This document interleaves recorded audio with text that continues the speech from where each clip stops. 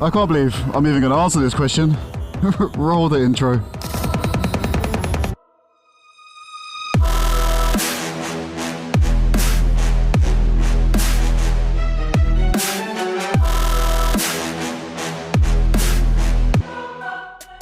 I can't believe this is still a question, but here we go. Let's jump aboard my lovely Yamaha MT-09 and talk about why there's no chance in hell that, unlike your older brother's hand-me-downs, these bikes aren't something to grow into. So dudes, just before we jump into the faster aspect of this video where I will show you exactly why this is such a stupid idea to start on, let's go over some minor points that some people might use in their favor to say that this is beginner friendly, and it's so stupid. But as I'm going to show here, me getting on the bike, they're actually quite short, so they give you like that false sense of security, whereas if you think you can flat foot the bike, it must be tame. That's ridiculous. Ask anybody that has a Suzuki Hayabusa. But believe it or not, I've heard that argument many a times, that they're manageable because you can put your feet down. So then you've got the other side of it too. I've heard people say that they have rider modes, D mode 4, or the older ones I believe they were B modes, A and B, whatever it is, who cares. All I'm saying is people say you can get these and put it in rain mode and you'll be just fine. Now, let me tell you something about rain mode. Rain mode may be docile for an MT-09, but compared to other bikes, that thing still gets out putting boogies. You might think, oh, I'll just put it in rain mode, but let's be honest. After 2 seconds of feeling comfortable, we're human, our curiosity is going to far get the better of us, and we're going to flick it in to D mode 3. And then we're going to work our way up, and then we go, do you know what? This isn't so bad. Let's see what D mode 1's about. And let me tell you, D mode 1 pretty much gives you all of the power, but using only half of the throttle. So basically, if you twist the throttle halfway, that is 100%. Now that is designed for you to be on track. The fact I see people riding around like that on the road, to me, is nuts. And that's why you see me in D mode 2. So D mode 2 gives you the full power and the full throttle. So that's pretty much the full bike uncorked once you go into your manual settings and turn off all of the traction control and things. So you've got your options of D mode 3 and D mode 4.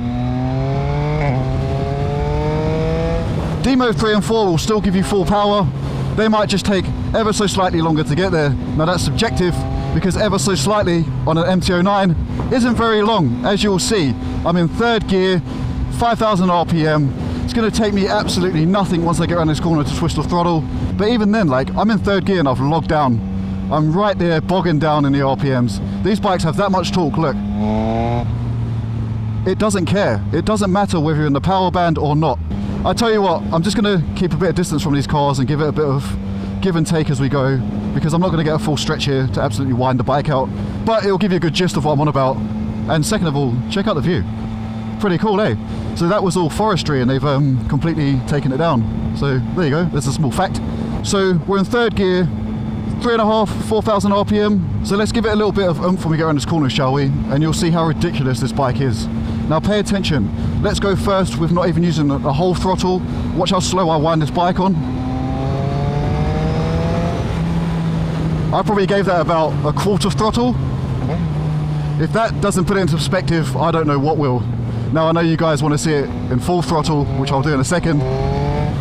But understand that YouTube, compression, video, the smoothing I have on this camera makes it seem a lot slower than it is. I'm telling you, when I twist this throttle, it feels like I'm getting ejected off the back.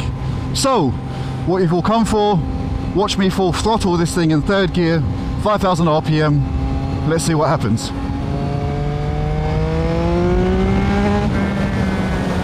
That's, for you guys, that's going to look ridiculous. That's going to look so short and so slow.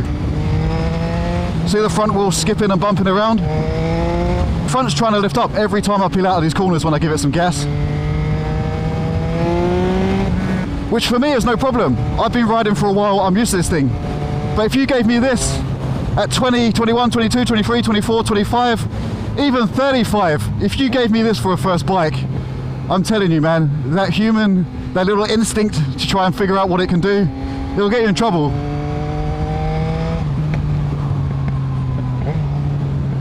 And now I know that's going to obviously probably hinder my argument here, because you're going to see that and go, that looks way too fun. And I'm not going to lie, it is. It's pretty damn cool when you know what you're doing. So anyway, we could talk about power in these bikes all day. That's not the point. But as a bigger brother, what would I suggest?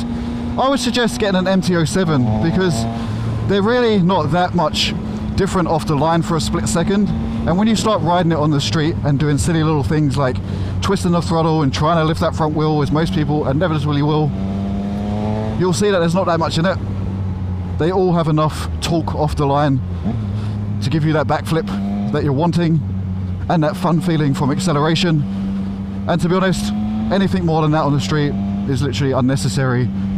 Let's be honest here, dudes. You're breaking speed limits without even trying, let alone something like this.